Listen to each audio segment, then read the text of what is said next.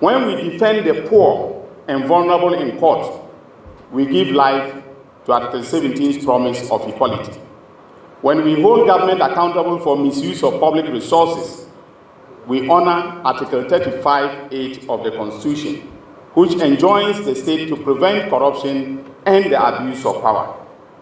When we protect workers against abuse, farmers, market women, and the marginalized, we affirm the NDC social democratic heritage that governance must be people-centered and justice-driven.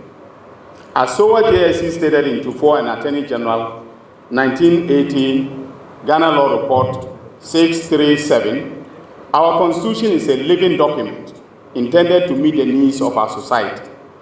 That living spirit is social justice, and it is our duty to nurture the spirit and sustain it. The NDC, since its inception, has positioned itself as a custodian of these values: free compulsory basic education, the expansion of health facilities, rural electrification, workers' rights, and social protection schemes are all testaments to this tradition, despite the noise that is always being made by our opponents to the effect that we have nothing to show when it comes to social protection. But a lawyer's role in politics must be principled.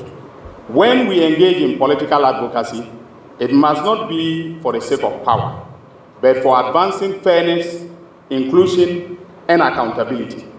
The bar cannot be neutral in the face of inequality. And of course, as NDC lawyers, as social democrats, we cannot and should not tolerate inequality.